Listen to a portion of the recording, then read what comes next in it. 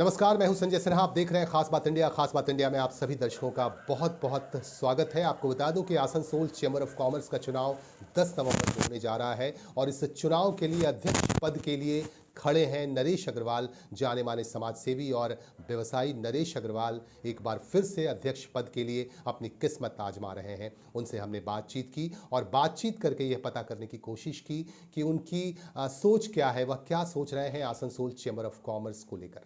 का चुनाव होने जा रहा है 10 को, क्या मैसेज है इस बार आपका? आप अध्यक्ष पद के जो है प्रार्थी हैं। सर्वप्रथम मैं खास बात का धन्यवाद देना चाहता हूँ कि आपके माध्यम से हमारे 550 मेंबर्स तक हमारी वार्ता पहुँचेगी। मेरे लिए सभी मेंबर्स मेरे परिवार की तरह हैं और मैं चाहता हूँ कि हमारा परिवार सही रहे, क्योंकि हमारे चैम्बर्स का नाम है और वो नाम हमेशा रहेगा। यही मुझे पूरी आशा है। छोटी सी बात जो आज के दिन आ रही है, अगर दो भाई आपस में झगड़ा घर में करते हैं तो उसको घर परिवार के सदस्य उस झगड़े को मिटा देते हैं और वो वार्ता बाहर तक नहीं पहुंचती। आज हमारे यही अवस्था है कि दो भाई अगर बाहर में झगड़ा करते हैं तो उससे परिवार के लोगों को भी दिक्कत होती है और बाहर के लोगों को भी दिक्कत होती है और वो बात फैल जाती है। वही आज हमारे चैम्बर्स में अभी की अवस्था में वो चीज़ हो रखी है, किंतु मेरे हिसाब से सभी एक हैं और हम लोग एक रहेंगे। मैं शब्द को छोड़ना पड़ेगा सबसे पहले और हम रखना पड़ेगा कि हम सब एक हैं। अगर हम सब एक हमेशा चलते रहें तो कभी भी दुविधा आ ही नहीं सकती है, सब चीज़ का समाधान होगा। क्योंकि आप देखिए, अगर कोई समस्याएं होती है और ऐसी समस्याएं होती है कि कानून के लिए हम लोगों को कोर्ट जाना पड़ता है। कोर्ट में जज साहब रहते हैं, वो फैसला सुनाते हैं, हम उनको मानते हैं।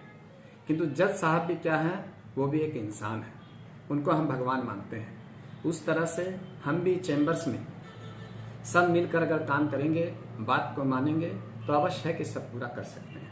आसनसोल चैम्बर्स की एक खासियत है कि हम लोगों का वहाँ जो भी काम होता है वो कमेटी के द्वारा होता है। प्रेसिडेंट या सेक्रेटरी या ट्रेजरर जो हो, ये जो भी पदाधिकारी हैं, सबको चलना है कमेटी को लेकर। अगर कमेटी नहीं रहेगी तो हमारा क्या काम है? कमेटी अपना काम करेगी, हम कमेटी को संचालन करते हैं। हम लोगों को सभी कमेटी के जो सदस्य हैं उनसे बैठकर आलोचना करके ही हम लोगों को आगे बढ़ना पड़ेगा, तभी हम आगे बढ़ सकते हैं। और सबसे बड़ी बात है कि मैं यही सोचता हूँ कि जो नई कमेटी हमारी आएगी तो हम सब मिलकर एक साथ बैठकर और समाधान करेंगे। और मुझे पूरी आशा भी है कि हो सकता है एक मीटिंग में समाधान ना हो, 2 या 3 या 4 मीटिंग में हम हर चीज़ का समाधान कर सकेंगे। ये हम लोगों में उतनी शक्ति सब में है, सभी मेंबर्स में है।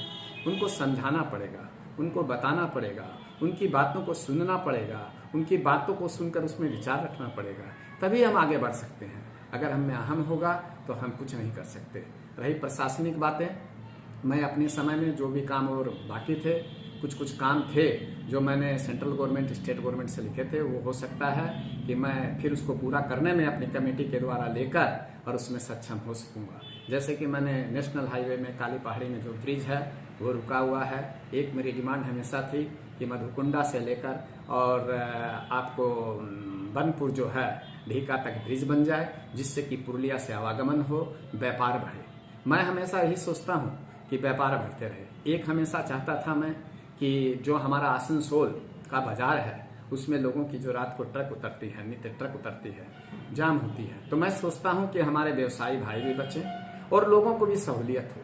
मैं आने के बाद अपनी कमेटी से लेकर यह भी चेष्टा करूंगा कि हो सके कि रात को जो ट्रक अनलोडिंग होती है और बाहर से जो माल आदान प्रदान सब होता है वो अगर बाईपास में हो सके तो वो कैसे हो सकता है कि हमारे जो बिजनेसमैन व्यापारी हैं उनकी सुविधा को देखते हुए कि सरकार से उनको गोडाउन मिल जाए, वहाँ वो स्टॉक रख सकें, जिससे बाजार के लोगों को भी सहूलियत हो और उन लोगों की भी सहूलियत हो। सबसे बड़ी चीज़ होती है व्यापार बढ़ाने के लिए कि रोड जो है उसकी ज़रूरत अच्छा होना बहुत ज़रूरी है। एक छोटी सी बात याद आती है कि मैं जब नेशनल हाईवे में एक दिन जा रहा था तो मैंने देखा सेफ ड्राइव सेफ लाइफ जो बोर्ड लगे हुए थे, वे बोर्ड के कारण एक्सीडेंट बहुत बचे। एक दिन मैंने देखा वो बहुत से बोर्ड खराब हो गए। तो मैं आगे वाले हमारे जो सीपी साहब था उनको मैं एक मेल किया कि सर सेफ ड्राइव और सेफ लाइफ के जो बोर्ड लगे हुए हैं उस बोर्ड को अगर चेंज कर दिया जाए तो मेरे ख्याल से ये बहुत होगा। आप विश्वास नहीं करेंगे, 15 दिन के अंदर में, 15 डेज के अंदर में वो हो गया। क्यों कि मैं आसनसोल एएमसी में एडवाइजरी कमेटी में था। हमारे माननीय मेयर जतिंदर तिवारी ने हम लोगों को उस कमेटी में रखा था कि आप उसको व्हाट्सएप के माध्यम से भेजें। मैंने उसी हिसाब से सीपी साहब को जानकारी की और मैं चेष्टा करता हूं हमेशा कि जो भी सरकारी चीज़ है, सरकारी दफ्तर है, उनको किस तरह से समझा बुझाकर और लोगों का काम करा सकूं। हो सकता है समय लगेगा, समझाने में समय लगता है। एक बात हमेशा याद रखना चाहिए कि जब भगवान श्री राम जब अयोध्या लौटे थे रावण को मारकर, तो माँ कौशल्या ने पूछा था कि रावण को मार के आ गया, तब क्या कहा था? उसने एक ही बात कही थी, मैंने नहीं मारा उसे, मैंने मारा।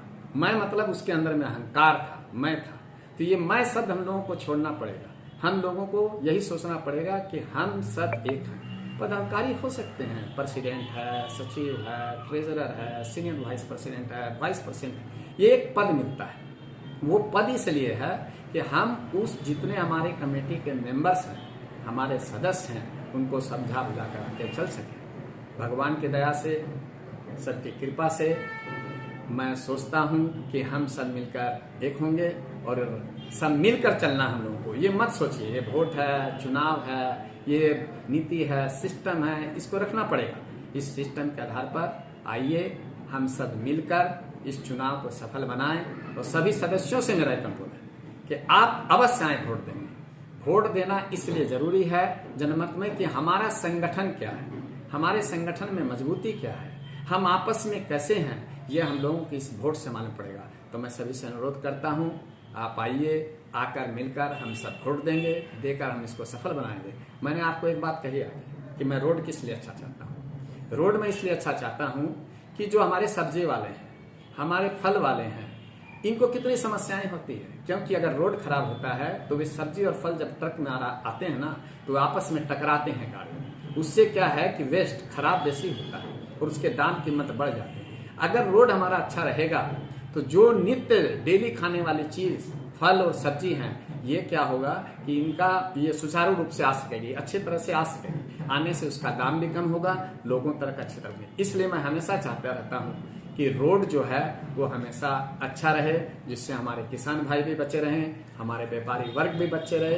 यही बोलते हुए आप सभी को मेरा हार्दिक अभिनंदन एवं धन्यवाद। आने वाले दीपावली एवं छठ पर्व के लिए मैं सभी को हार्दिक शुभकामनाएं देता हूँ। धन्यवाद।